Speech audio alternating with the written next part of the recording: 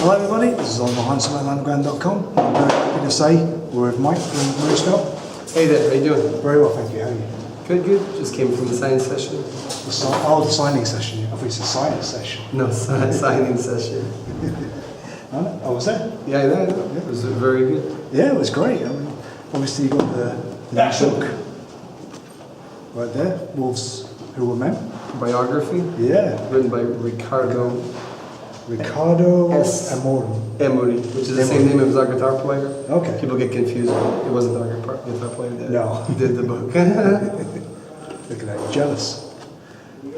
But it's a really comprehensive book, man. I mean, it's the first time we saw the English version. Yeah. And there's some extras compared to the Portuguese version. It has the colored photos inside. Oh, right, cool. It's just kind of like a photo book also. Yeah, it's gorgeous. And there's a bloody value for money. I mean, you could kill a man with that. Yeah, especially the hard version. When was the decision made to finally make a book about Moonspell? Maybe 2-3 years ago. I think it was a coincidence because we were doing this TV program in the north of the country, in Porto. And at the same time, there was one of the journalists from a Loud magazine, which is one of the metal magazines in Portugal. And he had written a book about the Portuguese metal scene, which Moonspell were also included. And we really appreciated and liked the work that he did on that. And he asked us for a ride back home because we were both there at the station because we were all going to Lisbon. It was like a 3-hour drive. And actually it was in the van, talking within ourselves, that Fernando turned to him, "You want to do a biography?" He was like, "What? Are you serious?" Yeah. You should do a biography. The next day he calls him back. He's like, "Are you serious or is he just kidding?" No. We really want you to do this because I think you're the perfect person for it. Yeah. And he did an amazing job because he took the time to be with each one of us in our own element. Like he would meet me near my house. At the time my daughter had just been born, so she was just months old, so I didn't have much time for anything, so it was really cool. He'd come and meet me so I could talk about the band. Of course that was a different state of mind, becoming a father. Yeah. So most of it's right, but I don't know. And he did the same with all the other members. And throughout months, I think this was a process of maybe over a year. He also traveled with us to some shows abroad. I think it was Belgium, a big festival, so you could also see what it's like outside of the country. Yeah. It's just completely different. It's hard to explain when you go to so many countries, so many years, to explain to the Portuguese what it's like. You really have to see it for yourself. Yeah. I think Moonspell is probably the best known Portuguese heavy metal band outside of Portugal, at least. I mean, Moonspell are kind of seen as the flag bearers, if you like, for Portugal. Do you feel any sort of pressure or responsibility with that? I try to ignore it, to tell you the truth, because it's been so long and nothing really came. Everything that we did back in the 90s, we were expecting more bands to come and follow our path, like you see from Finland, Sweden, even Greece, Italy. So many bands have been coming out. There's an amazing scene. We wanted the same for the Portuguese scene, and we would help out, and we still do when we can. Other bands, give them tips on what they can do. But there's something about the Portuguese, I don't know, they just don't want to leave the country. It's just too good. The food's too good, the beach is too good. And to have that, drive like we did, because we just put everything behind us, like girlfriends and whatever, work, family meetings, we've missed almost everything throughout our lives. It's been over 20 years of touring. And that's what I think is also needed. You can't have, it's not from night to day that a career happens. And we've always invested in that because we also learned from the best. We toured with Type of Negative. One of our biggest tours in '96. We toured with Morbid Angel, with Immortal. You name it, we've probably toured with them. Yeah. And coming from Portugal, it's always been more difficult. Of course, just the location itself. Most bands from Europe, can easily get into a bus or a van and do some shows. We always have to catch a plane. So it's always everything's more expensive. It was always like that for us. But so are other bands, and they keep on trying. So I just wish that the Portuguese scene would grow up a little bit more, because it's not our fault either. Because sometimes there are bands saying that it's our fault that other bands aren't known. We take the whole genre, but I don't think that's something that makes no sense. No, I've heard a couple of like Brazilian bands say that about Sepultura, but normally the bands that say that aren't any good anyways. Yeah, like you have Crisium, which is an amazing band. Yeah, Crisium, Sarcophagus, Sarcophagus, of course. Nervosa, they're doing great. Yeah. It's amazing. Bringing back the trash, the authentic trash. Yeah. So it's nice. Yeah, in a really cool way. But like you say, you've always given everything Portugal. Moonspell, sorry, has been a band that's just put so much effort into everything they do. And you can tell that with the DVD here. Yeah, it was a lot of work. There you go, this ball under the spell. It was almost like doing another album or something. Yeah, well, there's 3 albums on here. There's Wolf Irreligious, It and was a 3-hour show. yeah, plus the behind the scenes footage before and after and during. There's a really interesting DVD. It was, Thank you. you must have been so pissed off though with so many cameras on you. Yeah, sometimes like they want, like even for the main show, they wanted me to wear a GoPro like in the middle, and I'm like, man, take it easy. Like, I don't see myself playing with it unless I'm like a transformer or something. And of course, it's good for the images. But I already had so many other GoPros, and I did that during the rehearsals. But like for the main show, it's like we've always been like a mystical band. Let's say they were always like, you know, the details, you know, the theatrics, you know, making everything look nice.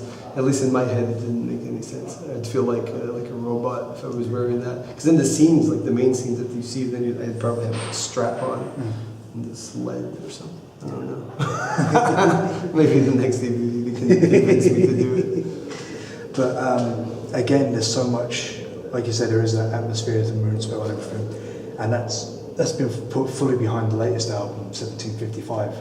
And I really like that the whole album is in Portuguese. For one, I think it would be strange to have a Portuguese band sing about a Portuguese historical event in anything but Portuguese. Yeah, it makes complete sense for our background, for the type of music that we used to put out in the early days, you know, being very connected to our roots and to the Portuguese history. So this was something that was really nice, especially for also the Portuguese metal fans. Because to have like here in London, we have a lot of Portuguese that are living here, and for them to like listen to something in Portuguese but abroad, like it's amazing for them. It's like something like yourself, if you were like kept away from England for years, and anything that would remind you of home would be like special. And that's what we feel connected with all the immigrants, because the Portuguese have always immigrated a lot throughout the years. Portugal is a very poor country, of course, so they went everywhere. Switzerland, Luxembourg, Germany, Australia, America, you name it. We find Portuguese everywhere. And there aren't many bands, I think, that could do this. And not just for the Portuguese, because you also have Brazil. They appreciate it a lot. They're very connected to the roots of Portuguese, of the history. The same as the Americans have with England. Brazilians are always curious to see what Portugal is like, or where these roots came from, or where like all these, bad manners came from. Maybe. I don't know. Sometimes they say that it's our fault. They're the way they are. But so obviously here's a full-on concept album. Was it a case of you were writing the music first, or was the idea there first and you kind of wrapped the music? Well, for them it came with the idea, they did a lot of investigation with a lot of people, from professors to scientists. So we knew really like all the statistics and the truth of the closest to the truth that we could have. And we did even meetings with people. We took some fans when we did the release party, so they could have the explanation from them of what happened that day, the catastrophe that it was with the tsunami. It was a Catholic day, so the churches were full of candles. So it's not just the tsunami happened, but then the earthquake, and then the candles burned whatever there was left of it. So they compared it to like a 9/11 for the times. And people were all completely covered in dust from all the stones and all the buildings coming down from the earthquake. And it was a pretty impressive event, because it changed the way that people started to think. Because we were still very religious. In the last countries like us in Spain, we were still very closed-minded, and everything was because of God. And then on that day, finally, they opened their eyes to science. Like, why did this happen? And that's why the science of earthquakes became because of that day. That's when people started, because before that it was just like a natural will of God. That's what people thought when there was an earthquake. So that changed the minds for especially in the church, in the people that were so frustrated. Like, if we're so religious, then why would God do this to us? So actually they took the broken stones, instead of putting them back on the churches, they took the stones to rebuild the houses. Where previous years that would be like a huge sin, heretics, they wouldn't do that. So that's when finally things started to change and the mentality changed. and good things come of it. Of course, there was a lot of deaths, and it took I think a year to rearrange. But the incredible thing that I didn't even know that we had help from all over Europe. We had boats coming from Holland, all over Europe to help out because they felt the earthquake. Yeah. It was said that the earthquake was felt up to Tampere in Finland. Fucking hell. So Europe had never had such an earthquake. It was like 8.9 for the time, so it was something huge. And it can still happen, of course. We're kind of like San Francisco. Yeah. Because then the scientists and the professors they were showing us the maps of the ocean floor, and you can see precisely, all the cracks. Yeah. And the reason why that's going to continue to happen. And they actually showed us the sensors that they put in the bottom of the ocean. Yeah. So they can have all the control. And we were seeing it like in real time. Yeah. Because there are always little earthquakes, constantly, like 2.3, 3. So we're kind of used to that. I never knew all that. Yeah, usually they don't tell tourists that, so you go there. But now they're getting better. They're starting to label stuff in case of something happening. Yeah. Because that's what you see when you go to Chile or Mexico. All the airports, they're all prepared. Usually, like at least with the signs and with the attention of what to do in case of an earthquake or a tsunami. Yeah. Well, moving on to tonight, this is the 6th day, I think, of the tour with Rock and Christ. You're headlining. It's co-headlining thing really, but I think it's 51 shows in 52 days, or something very something similar. like that. So I think we only have like 2 days off and 50 shows. You should look at the schedule and go, fuck. Yeah, I try not to look at it. I go day by day. Yeah. But it's a great pairing, Moonspell and Rotting Christ, because you both have those roots in black metal. And then over time, they've both become their own very unique bands, very unique sound, like completely of their own. And I noticed both Moonspell and Rotting Christ have contributed to each other's biographies. Yeah. So as there always been that like camaraderie between yourselves and Rotting Christ. Since '96, because one of our that wasn't our first tour, but one of our first big tour was also like 56 shows. Was with it was Rotting Christ, Moonspell, and Samael. All bands that we were fans of. Yeah. It wasn't just like the package, but it was also like we were true fans of Samael, and we knew Rotting Christ from the underground. I think they showed up a few years before us, and it was like a mark from Greece that also inspired us. And then we toured, and we had like the best times of our lives. Till today, we have so many jokes and memories that will crack us up just from that tour. Yeah. And mainly it was only Zakis, because only Zakis was on that tour at the time. Because it was the time with Century Media, so there were some other members. It was like a German. Like people, they weren't Greek. It wasn't the true Rotting Christ that you see now. And we've stayed in touch all these years. If we play shows in Greece or if they come to Portugal, we always help each other out. We know of each other's families. It's more than just the music. It's like a brotherhood. Yeah. And we're one of the few bands like with the Mediterranean, influence. Yeah, and that's great because there's so much history and culture to draw upon in the Mediterranean. People don't realise quite how much there is, Yeah. Like people obviously know ancient Greece, but like you say, Portugal, Spain, Italy, so on and so forth. There's so much to draw on. With all that being said, now it's been 2 years since 755, and that was 2 years on from extinct. So the obvious question is there any work being done on new music at the moment, or any plans to hit the studio next year or anything like that? Well, for the next album, we didn't want to stress too much about it. Okay. In the terms of like making it happen. Yeah. In like a certain deadline. So we took most of this year. That's why we didn't tour much to work on a new album. Okay.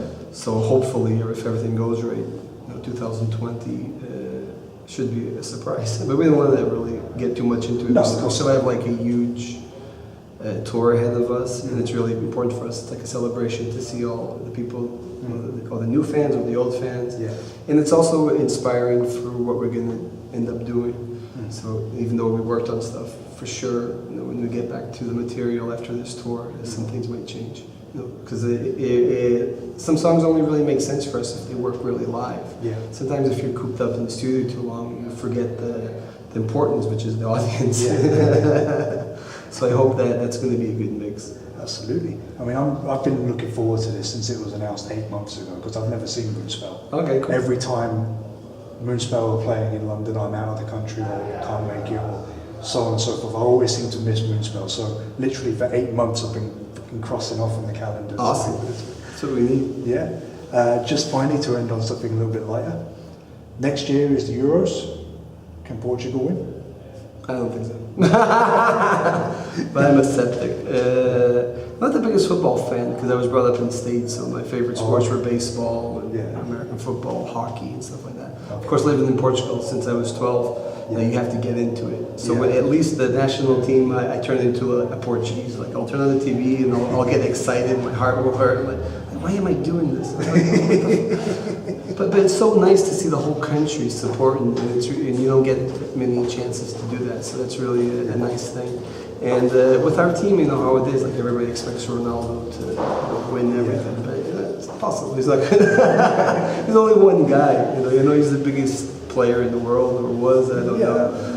But you know, if the whole team isn't like one, and also like some of these other teams, like they play together, I think more often during the year. And these are all star, players that come from big teams. You know, and they're tired from playing on their teams. So you can't. I don't think you can win at all. Of course, we always hope for the best, and we always suffer until the end. Like you always start slow. It's like we're gonna go out like in the preliminary immediately, but then we end up sometimes getting to the semifinals. And 4 years ago we won, which was I never saw Portugal so happy in my life. Like it was funny, man. I watched that match in Spain, and all the English people were supporting Portugal because they didn't like the French, and all the Spanish people were supporting France because they like the Portuguese. But that's a typical thing between us. But in reality, we're almost it's really all just jokes. But they did win like 3 times in a row. They won the Euro, they won the World Cup, and they won the Euro again. Spain, that was just too much. It's like they were boring to watch. Get off your tall white horse. Mike, thank you very much. Thank you. To speak to me, man. I really appreciate it. See you next time.